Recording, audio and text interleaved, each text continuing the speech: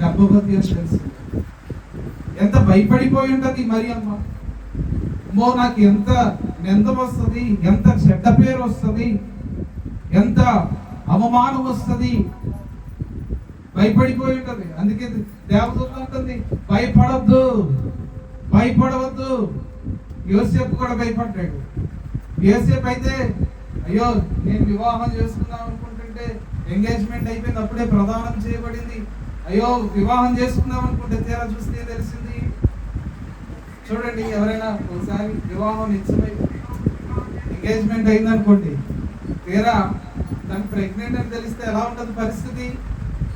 ఎంత అవమానము, ఎంత నింద. అబ్బాయికి అవమానమే, అమ్మాయికి అవమానమే కదా ప్రియులారా. కానీ మరియ భయపడకుండా దేవుని కొరకు నిలబడింది. ఈ లోపల ఎంత భయపడి ఉంటుందో యోసేపు గురించి. యోసేపుతో కూడా దేవుడు మాట్లాడుతున్నాడు దేవదూత ద్వారా. యోసేపు నీవు భయపడద్దు.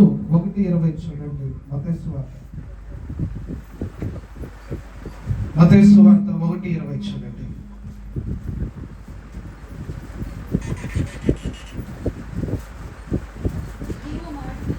మత్తయి సువార్త 1:20.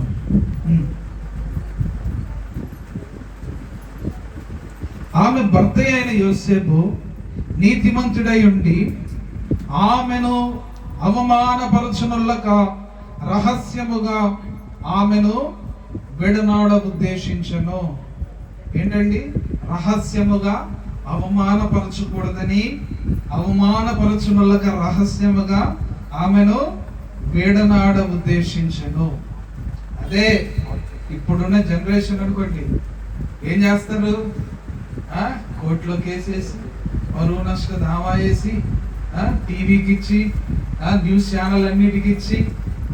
కానీ చూడండి, యోసేపు ఆమెను అవమానపరచకూడదని, ఆమె పరువు పోకూడదని నిజంగా నీతిమంతుడై యథార్థవంతుడై, సరే ఆ నిందేదో నాకు పడితే పడిని, సరే మా బంధువులు పరువు పోతే పోని, తల్లిదండ్రులు పరువు పోతే పోని, ఆడపిల్ల పరువు ఎందుకు తీయడమని చెప్పి రహస్యముగా విడిచిపెడదాం అనుకున్నాడు. కానీ దేవదూత ప్రత్యక్షమై యోసేపుతో, యోసేపు నీవు భయపడవద్దు, ఇదిగో ప్రభుదూత స్వప్నమందు అతనికి ప్రత్యక్షమై, దావీదు కుమారుడైన యోసేపు, నీ భార్య అయిన మరియను చేర్చుకొనుటకు భయపడకుము, ఆమె గర్భము ధరించినది పరిశుద్ధాత్మ వలన కలిగినది. హల్లెలూయా. ఆమె గర్భం ఎలా ధరించింది? పరిశుద్ధాత్మ యొక్క శక్తి ద్వారా. ఈ భూమి మీద ఒక బిడ్డ పుట్టాలంటే కంపల్సరిగా మరి పురుషుడు స్త్రీ కలయిక జరగాలి. కానీ యేసుక్రీస్తు ప్రభువారి పుట్టుకలో ఎటువంటి కలయిక జరగలేదు. ఎందుకంటే ఆయన పరిశుద్ధాత్మ శక్తి ద్వారా ఆయన ఈ భూమి మీద పుట్టాడు. ఆయన పుట్టుకలో పాపము లేదు. ఆయన చూపులో, నడవడికలో, ఆయన ప్రవర్తనలో, ఆయన 33.5 సంవత్సరాలు జీవించినంతసేపు ఎటువంటి, ఆయన రక్తములో, ఆయన దేహములో ఎటువంటి పాపము లేదు. ఆయన పరిశుద్ధుడిగా ఉన్నాడు. మనమందరము చేసిన తప్పు నిమిత్తము, పాపము నిమిత్తము ఆ పరిశుద్ధుడైన గొర్రెపిల్ల రక్తాన్ని మనకు చిందించి మనకి నిత్య జీవాన్ని ఇచ్చాడు. ఎవరైతే ఆ గొర్రెపిల్ల రక్తము ద్వారా కడగబడతారో వారు మాత్రమే నిత్య జీవానికి వెళ్తారు. ఎందుకంటే ఆయన ఈ భూమి మీదకి వచ్చింది నీ కోసం, నా కోసం ప్రాణం పెట్టడానికి. నీ కోసం, నా కోసం ప్రాణం పెట్టి మనల్ని నిత్య జీవానికి తీసుకెళ్ళాలి. హల్లెలూయా. అందుకే రక్షణ పొందుకోవాలి. ఆయన ఎలా జన్మించాడు? పరిశుద్ధాత్మ శక్తి ద్వారా.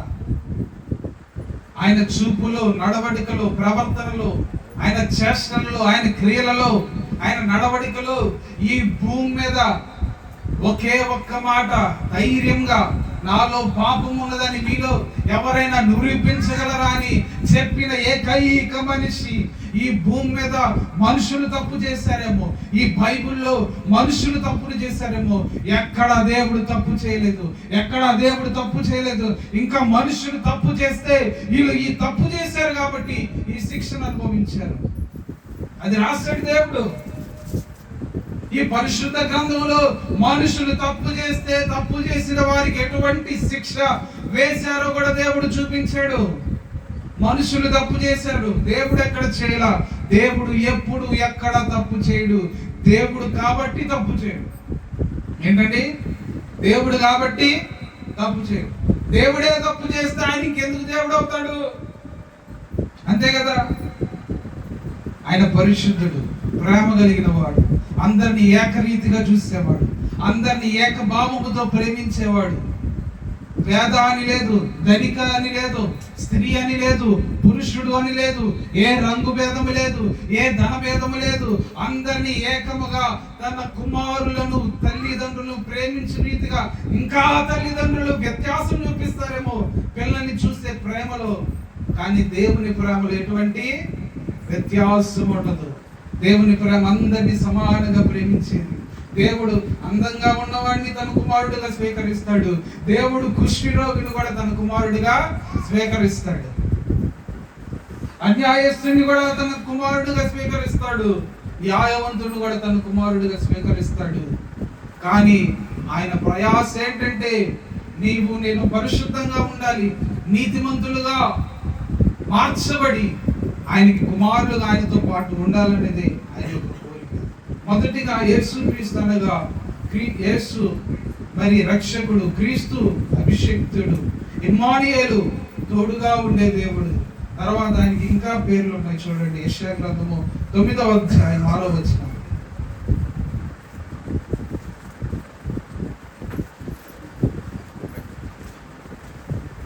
యెషయా గ్రంథము 9వ అధ్యాయం. ఏలయనగా మనకి శిశువు పుట్టెను, మనకు కుమారుడు అనుగ్రహించబడెను, ఆయన భుజము మీద రాజ్యభారం ఉండెను. ఆశ్చర్యకరుడు, ఆలోచనకర్త, బలవంతుడైన దేవుడు, నిత్యుడగు తండ్రి, సమాధానకర్తయకు అధిపతి అని అతనికి పేరు పెట్టబడెను. హల్లెలూయా. ఆయన పేరేంటండి? ఆయన భుజం మీద రాజ్యభారం ఉండను. ఆయనకి పేరేంటి? ఆశ్చర్యకరుడు. ఆయన ఆశ్చర్య కార్యములు చేసే దేవుడు. ఆయన ఆశ్చర్యకారుడు. ఈ భూమి మీద ఉన్నంతసేపు దేవుడు కుష్టి వారిని, గుడ్డి వారిని, మోగవారిని, మరి నడవలేని వారిని, చూడలేని వారిని దేవుడు అనేకమైన అద్భుతాలు, ఆశ్చర్య కార్యాలు చేశాడు. అనేకమైన అద్భుత క్రియలు చేశాడు దేవుడు. ఎందుకంటే ఆయన ఆశ్చర్యకరుడు. ఆయన ఆశ్చర్యమైన కార్యములు చేసే దేవుడు. He do marvellous things. ఆయన అద్భుతమైన కార్యములు చేసే దేవుడు. తర్వాత చూడండి, ఆశ్చర్యకరుడు, తర్వాత ఆలోచనకర్త, మనకి ఆలోచన చెప్పే దేవుడు.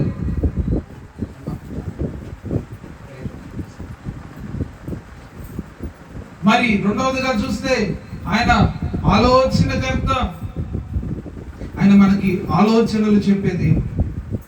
చూడండి, మనం ఎలా నడుచుకోవాలి, ఎలా బ్రతకాలి, ఆయన తన ఆలోచన తెలియజేయడానికి భూమి మీదకి వచ్చాడు. ఒకప్పుడు మనుషులు వారికి ఇష్టానుసారంగా జీవించారు, వారికి ఇష్టమైన రీతిలో బ్రతికారు. అయితే దేవుడు ఆయన వచ్చి ఇలా కాదు, ఇలా ఉండకూడదు, పరిశుద్ధంగా పవిత్రంగా ఉండాలని దేవుడు ఎలా జీవించాలో నేర్పించాడు.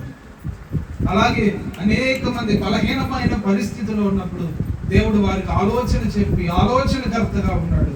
నేటికి కూడా మనకి ఆయన ఆలోచనకర్తగా నడిపిస్తున్నాడు. తర్వాత